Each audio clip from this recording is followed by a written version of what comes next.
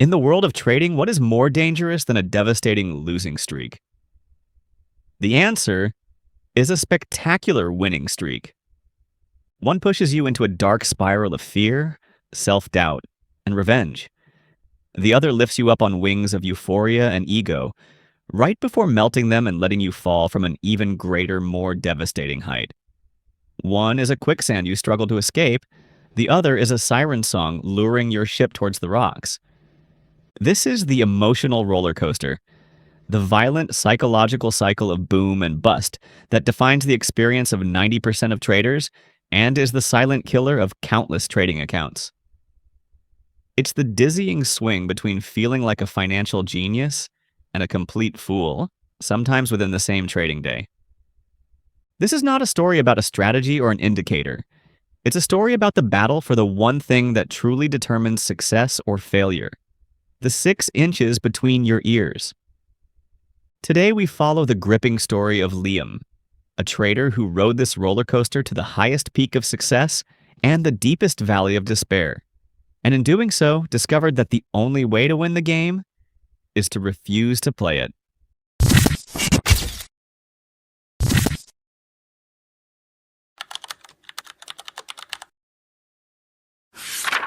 The perfect system. Our story begins in a sharp, modern apartment in Chicago, a city with a legendary trading history. Liam, a man in his early 30s, was not a newcomer to the Forex market. He had spent 2 years diligently learning, backtesting, and refining a specific trend-following strategy. He was disciplined, patient, and treated trading like a serious business, and for a while it was working. The market conditions were perfect for his system. A clear, strong trend had emerged in several major currency pairs. Liam followed his rules with the precision of a surgeon. He entered when his checklist was met, he placed his stop loss, and he let his winners run. The results were astonishing. He had a winning streak of 5 trades, then 10, then 15. Each win was a clean, textbook execution of his plan. His account balance, which had been growing slowly, began to accelerate. The steady climb turned into a steep ascent. He made more money in 2 months than he had in the previous 2 years. A feeling he had never experienced before began to bubble up inside him. Invincibility. The peak of euphoria. The winning streak continued. With every green trade, a subtle shift happened in Liam's mind. The quiet confidence he had in his system began to morph into a loud, arrogant belief in his own genius. The boring process of following his checklist started to feel beneath him. "I don't need to wait for the signal," he'd catch himself thinking. "I can feel where the market is going." This was the beginning of euphoria trading. He started bending his rules. He'd enter a trade a little early, anticipating the signal. He'd increase his lot size just a bit, telling himself he needed to maximize this hot streak. He stopped journaling with the same level of detail because what was there to analyze? He was winning. The peak of this euphoric state came on a Thursday afternoon. He saw a setup forming on GBPUSD that was almost perfect, but not quite. His written plan told him to wait. But the voice of euphoria, fueled by 17 consecutive wins, was screaming in his ear. "This is it! The big one. Don't let a minor detail stop you." He broke all his rules. He entered the trade with a position size 3 times his normal risk. For a few hours it worked. The trade moved in his favor and his P and L showed a staggering, unrealized profit. He felt like a king, a master of the universe. He had transcended his own system. This was the highest, most thrilling point of the roller coaster.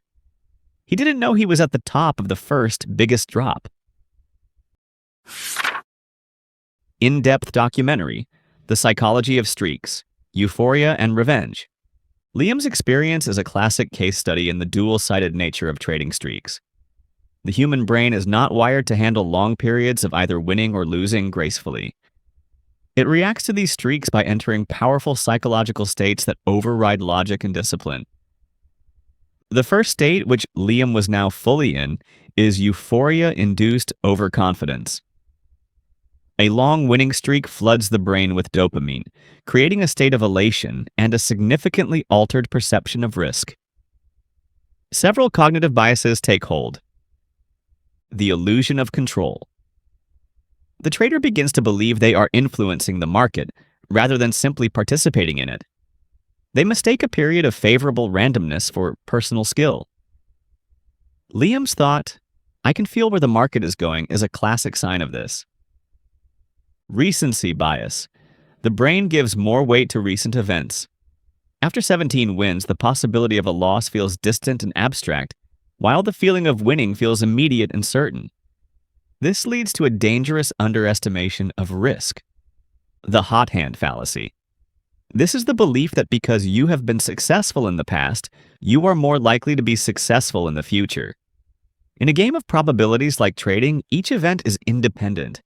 The market doesn't know or care that you've won 17 times in a row, but the trader's brain believes it has a hot hand and that the laws of probability no longer apply to them.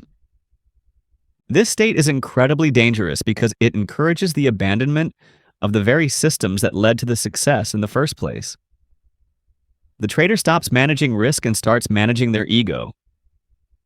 On the other side of the roller coaster lies the second state, loss-induced revenge trading. When a losing streak occurs, the brain reacts very differently. Instead of euphoria, it's flooded with stress hormones like cortisol. The emotional center of the brain, the amygdala, performs what is known as an amygdala hijack. It bypasses the logical prefrontal cortex and triggers a primal fight-or-flight response. For a trader, this often manifests as fight, a desperate, angry attempt to fight the market and win back what was lost. This leads to a vicious cycle. A loss creates anger and frustration. That anger leads to an impulsive, undisciplined revenge trade with higher risk. This trade is statistically likely to fail, leading to an even bigger loss. The bigger loss creates even more anger and desperation, leading to another, even more reckless trade. This is the downward spiral, the quicksand that pulls traders under. The emotional roller coaster doesn't just have a high peak, it has a terrifying, deep, and destructive valley.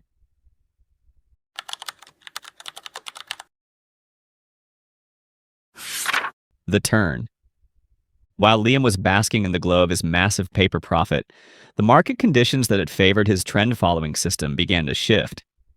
An unexpected political statement caused a ripple of uncertainty. The clear trend began to falter. His massive GBP/USD trade stalled, then started to reverse. The green number on his screen shrank, turned white, and then a horrifying red. His ego couldn't accept it.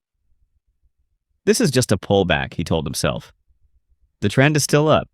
I'm not closing this for a small loss. I'll hold." He held as the trade went deeper and deeper into the red. He was now breaking another core rule: never let a winning trade turn into a loser. The euphoria of the morning had vanished, replaced by a knot of anxiety in his stomach. The roller coaster car had crested the hill and was starting its terrifying descent. The downward spiral. He eventually closed the trade for a substantial loss, wiping out the profits of his last 5 winning trades. The feeling was jarring. Hours ago, he was a genius. Now, he felt like a fool. The pain was so sharp that it triggered the second phase of the cycle, the desire for revenge. "I have to make that back. Today," he muttered, his jaw tight. He abandoned his trusted strategy completely.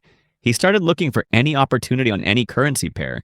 He jumped into a volatile EUR-JPY trade, not because it met his criteria, but because it was moving fast and he wanted action. It resulted in another quick loss. The anger intensified.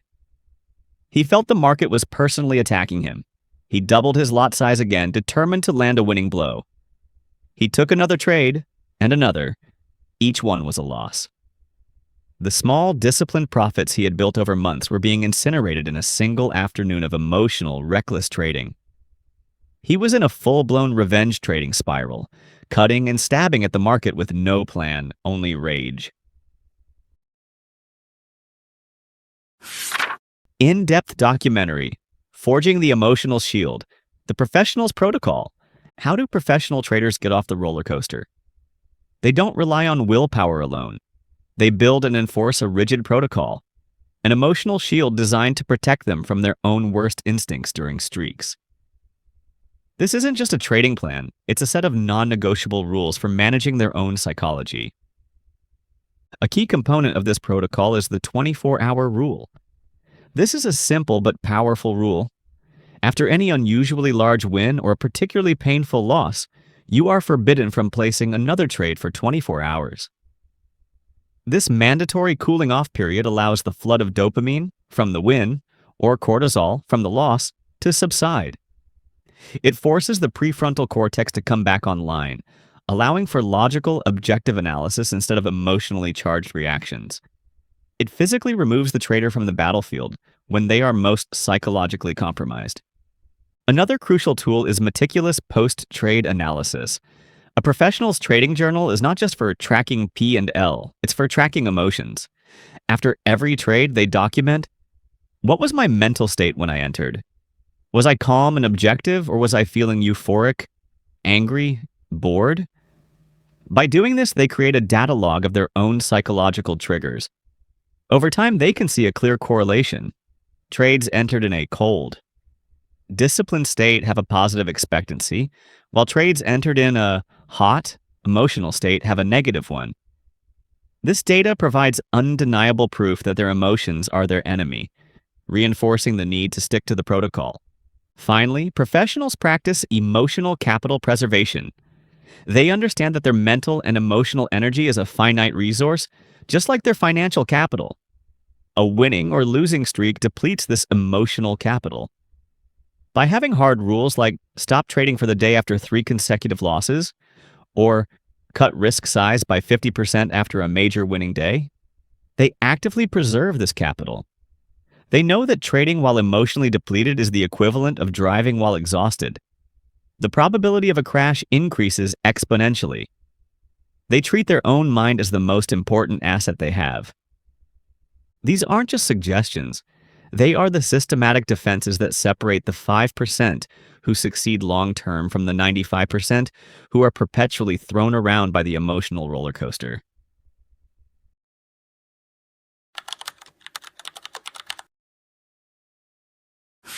The final bet. Liam's afternoon of revenge trading had decimated his account, but it wasn't gone yet. He was bleeding, panicking, and desperate. He saw one last chance to be the hero, to erase the entire disastrous day with one final glorious trade. He looked at the chart of gold, which was approaching a key technical level. His original system gave no signal, but his emotional brain, desperate for a win, saw patterns that weren't there. He convinced himself this was the bottom. He gathered the remainder of his capital, took on the maximum possible leverage, and placed a single massive, all-in buy order on gold. His entire trading career, all his past successes and failures, came down to this one moment. This was not a trade, it was a prayer. For a moment, it seemed his prayer was answered. The price bounced a few pips. But the underlying market sentiment was overwhelmingly bearish. The small bounce was quickly sold into, and the price began to plummet with terrifying force. Liam watched, paralyzed, as the red number on his screen grew to a catastrophic size. It was over. He had not only lost all the profits from his incredible winning streak, but he had also destroyed a huge portion of his original capital. The roller coaster didn't just return to the station, it had gone off the rails and crashed into a fiery wreck. The quiet work. The crash was the most painful, yet most valuable event of Liam's trading life. The silence that followed was profound. For weeks, he didn't open a chart. He walked the streets of Chicago reflecting on the entire cycle. He finally understood. His success had not come from genius, and his failure had not come from bad luck. His success had come from following a system, and his failure had come from abandoning it in favor of emotion. He didn't need a new strategy. He needed to return to his old one, but this time, with a new set of rules. Rules for his mind. Liam began the long, slow process of rebuilding. He started journaling again, but this time he focused on his feelings. He created a new, unbreakable protocol. After any winning trade, I must write down one thing I did correctly according to my plan. After any losing trade, I must write down whether it was a good loss, followed the plan, or a bad loss, broke the rules. After 3 consecutive losses, I must close the platform and go for a walk, no exceptions. After a single day gain of over 5%, I must reduce my risk size by half for the following day. It was a system designed not to make money, but to enforce emotional equilibrium. Getting off the ride. The final scene of our story takes place months later. We see Liam at his clean, organized desk. He is executing a trade on Euro USD that meets all the criteria of his original successful plan. The trade is a winner. The old Liam would have felt a jolt of euphoria. The new Liam feels only a quiet satisfaction. He calmly logs the trade in his journal, noting perfect execution of the plan. Then he closes the platform and continues with his day. The next day, he takes another trade. It's another A+ setup. But this time, the market turns and it hits his stop loss. The old Liam would have felt a surge of anger, a desire to jump back in and get revenge. The new Liam feels a flicker of disappointment, but nothing more. He logs the trade. Good loss. Perfect execution of the plan. Market did not cooperate. And then, following his protocol, he shuts down his computer for the day. He is no longer on the roller coaster. He is not defined by the exhilarating high of a win or the gut-wrenching low of a loss.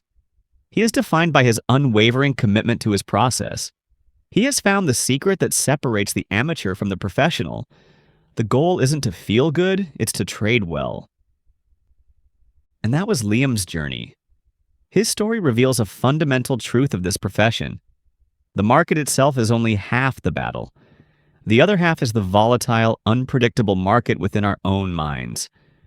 Learning to navigate that internal roller coaster is the true path to consistency. I want to invite you to share your story in the comments below. Have you ever been caught in the trap of euphoria after a winning streak, or a spiral of revenge after a losing streak? What is the one rule or habit that helps you stay balanced?